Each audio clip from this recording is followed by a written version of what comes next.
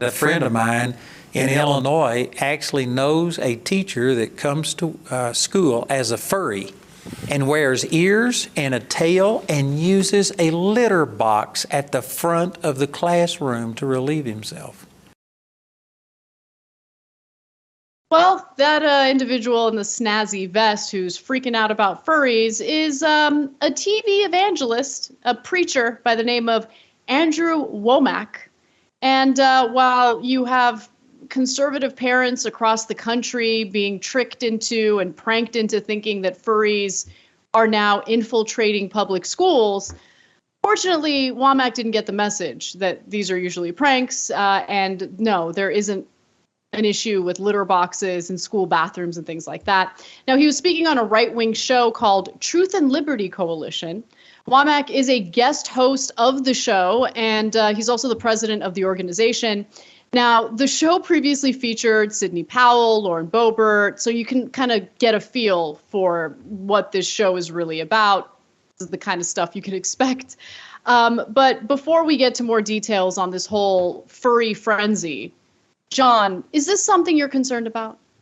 I've been worried about the oncoming furry frenzy for a long time, mainly that they wouldn't accept me as a member, basically. No, it's so it's stupid. It was stupid the last time. It was stupid the first time. Why are they all so desperate to believe that this is happening? Honestly, like, imagine if every time we talked about the midterms, I talked about how secretly all of the Republican candidates are big fans of autoerotic asphyxiation. And I just spread that every single time. And you heard me do that month after month after month. At the end of that, which would you think had a problem? The Republican candidates or me? Like, honestly, at a certain point, you're just imagining this. And like, I love fantasy. I'm a big fan of the Rings of Power and House of the Dragon. But you don't have to project it onto other people. And if you're going to project it onto other people, could it not be high school kids of all people? Why are they imagining high schoolers relieving themselves in litter boxes? No, it's such a good, John, it's such a good point, because there literally isn't a group of people that these maniacs won't go after. Like, we're talking about, first of all, this isn't happening. What they're claiming is happening isn't happening, number one. Number two, they're like going out of their way, defaming students, like minors, and fear-mongering about them. Imagine fear-mongering about kids. And that's like what your mind is like just completely overwhelmed with. And we've got a ton of examples. I mean, he's just one person who happens to believe this nonsense and go after young people over his perceived threats to society. But I'm sorry, I interrupted you. Do you want to finish that point? Yeah, the only other thing I would add is, and maybe this will undercut my, prior point or whatever.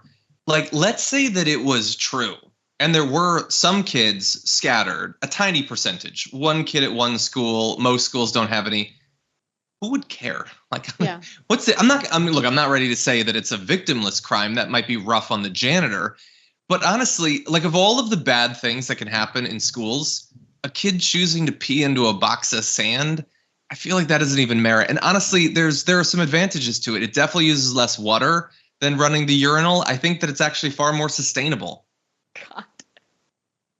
Well, you're insane. Obviously, you're joking. But let's go to this compilation video, because as we've noted, he's not the only right-winger who thinks that there's a prevalence of furries infiltrating public schools across the country.